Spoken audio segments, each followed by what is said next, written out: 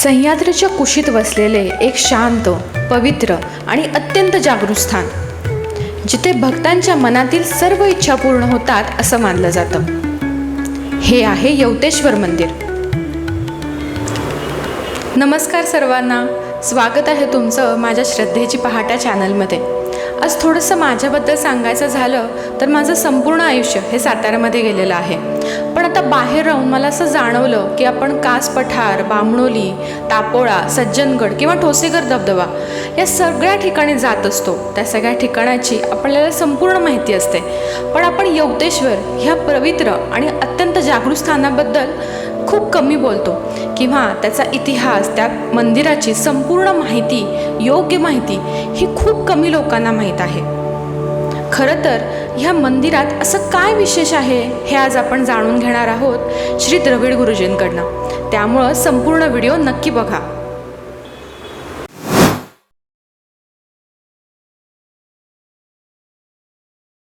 हे क्षेत्र यवतेश्वर आहे. माझं नाव विजय शिवराम द्रविड. मी पुजारी आहे इथला.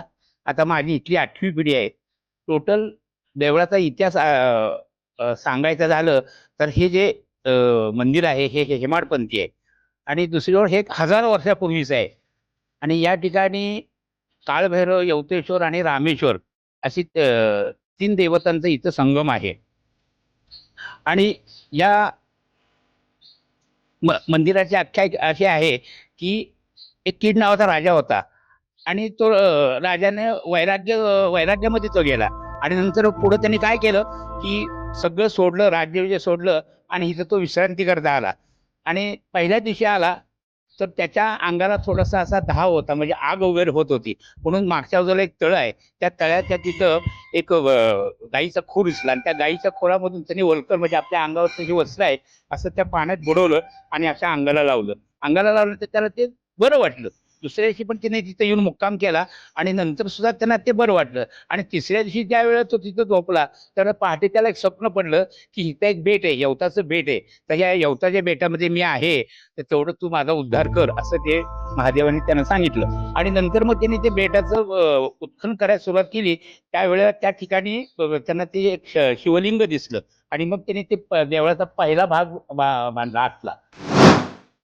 मंदिराविषयी गुरुजी सांगताना म्हणाले की हे मंदिर हेमाडपंथी आहे, म्हणजेच हे मंदिर यादवकालीन 11व्या ते 13व्या शतकात बांधलेलं असावं. ह्या शैलीचं वैशिष्ट्य हे आपण व्हिडिओमध्ये पुढं बघणारच आहोत. आता पुढं आपण गुरुजी काय म्हणतायत हे बघूयात.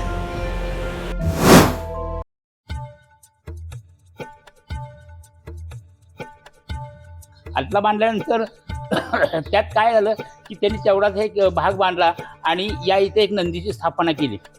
आणि नंतर दुसरा भाग झाला, तिसरा भाग झाला आणि त्यांच्या नंतर लक्षात आलं की मूळ कसं आहे की त्या शिंगातून लिंग दिसलं पाहिजे. त्या पलीकडचे जो नंदी आहे त्यातून तो ते लिंग काही दिसत नाही, म्हणून त्यांनी तो नंदी तसाच ठेवला आणि अलीकडच्या साईडला त्यांनी नंदीची स्थापना केली. त्यामुळं तिथून आता त्या शिंगातून बरोबर त्याचं ते लिंग दिसतं. या मंदिराच्या गाभाऱ्यासमोर दगडात कोरलेले 2 सुंदर नंदी का आहेत, याच प्रश्नाचं उत्तर गुरुजींनी खूप सुंदरपणे समजावून सांगितलं आहे.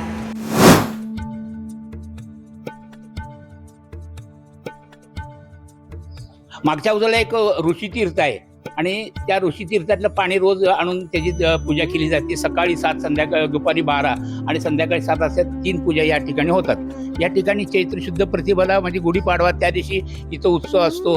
पुन्हा अश्विन शुद्ध प्रतिपदा, अश्विन शुद्ध दशमी, याचा तुमच्या दसरा, त्याचप्रमाणे दिवाळी, लक्ष्मीपूजन त्या दिवशी इथं आंब्याला मोहर येतो. त्या मोहरामध्ये त्यांचं ते दर्शन होतं. असे प्रत्येक महिन्याला इथे वेगवेगळे उत्सव चालू असतात.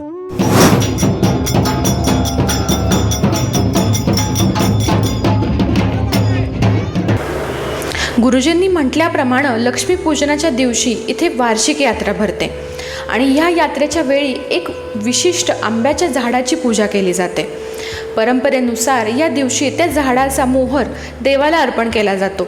खरं तर निसर्गानुसार अश्विन अमावस्येला मोहर येणं हे दुर्मिळ आहे, पण यवतेश्वरच्या परंपरेत याला अनन्यसाधारण महत्त्व आहे आणि ही येथील एक श्रद्धा आणि चमत्कारच म्हणता येईल.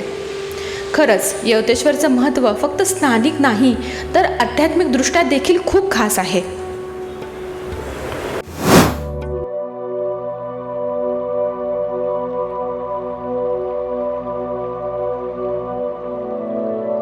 गुरुजी सांगतात की यवतेश्वर मंदिरात प्रवेश करताना प्रत्येक गोष्टीला एक खास अर्थ आहे. तो आपण आता जाणून घेऊयात. या ठिकाणी एक वैशिष्ट्य असं आहे की आपण काशीला गेल्यानंतर सुद्धा पहिल्यांदा दर्शन हे काळभैरवचं घ्यायचे. इथं आल्यानंतर काय होतं की तुम्हाला इथं असा काळभैरव पहिल्यांदा दिसतो आणि मग नंतर यवतेश्वर तुम्हाला दिसतो. आणि काळभैरव दर्शन करून यवतेश्वरला जाऊन नंतर रामेश्वर, त्यामुळे या ठिकाणी त्रिवेणी संगम आहे.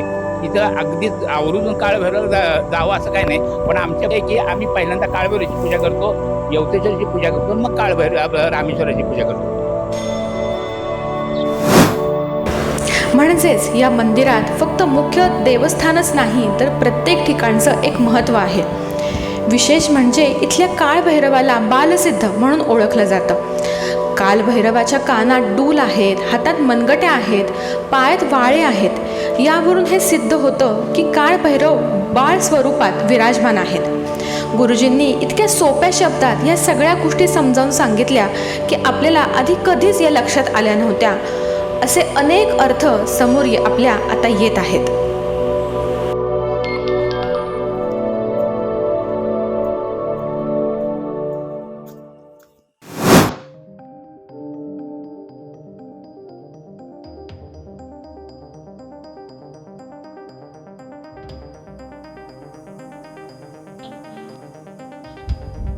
हे स्वयंभू स्थान आहे. बाहेरच्या बाजूला पहिल्यांदा गणपतीचं दर्शन, नंतर पार्वती मातेचं दर्शन, आणि पार्वती सुद्धा ही लिंग रूपात आहे, स्वयंभू स्थान आहे. आणि या ठिकाणी हे महादेवाचं स्वयंभू रूप, ज्या वेळेला त्या कीड राजांनी जेव्हा उत्खनन केलं त्यावेळेला या ठिकाणी हे लिंग सापडलं आणि तिथं त्याला धक्का लागला गेला लिंगाला. या साईडला हे बघा, इथं असं हे बघा इथं असं खळगा आहे. हा बघा इथं आहे. हा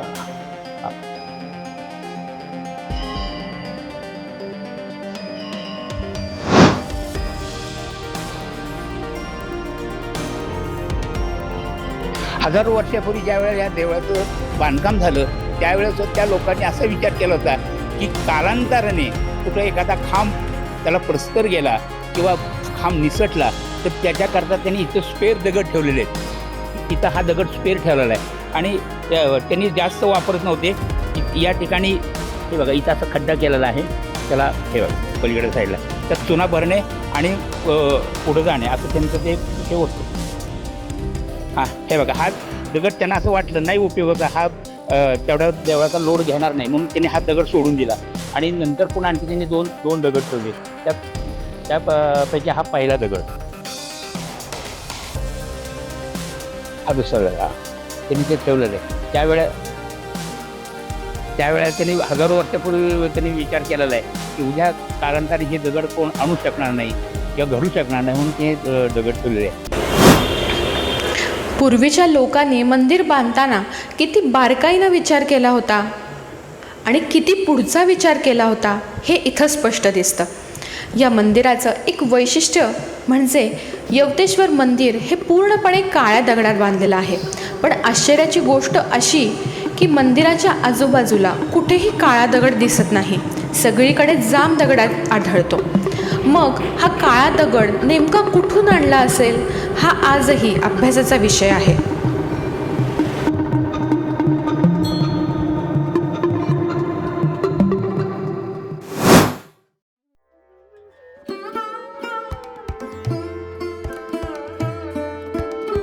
पार्वती मातेची अनंत रूप आहेत.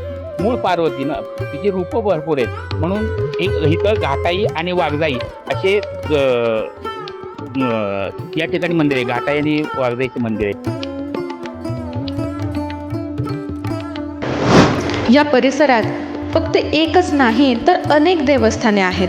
गणपती मंदिर, श्री काळभैरव मंदिर, श्री यवतेश्वर मंदिर, श्री रामेश्वर मंदिर, श्री हनुमान मंदिर, वाघजाई मंदिर आणि दत्त मंदिर.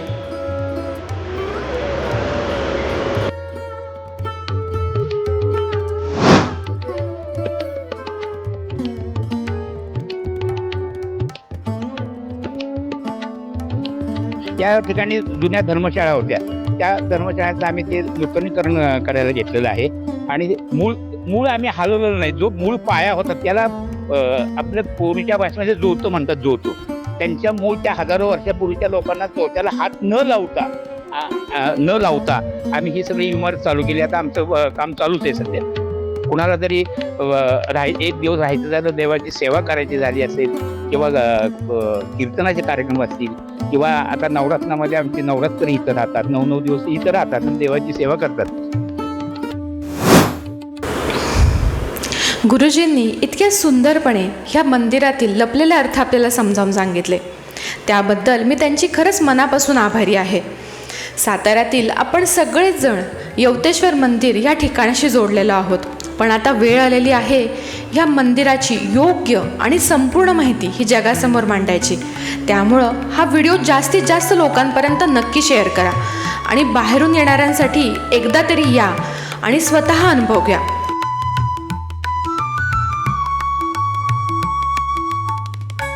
तोपर्यंत हर हर महादेव.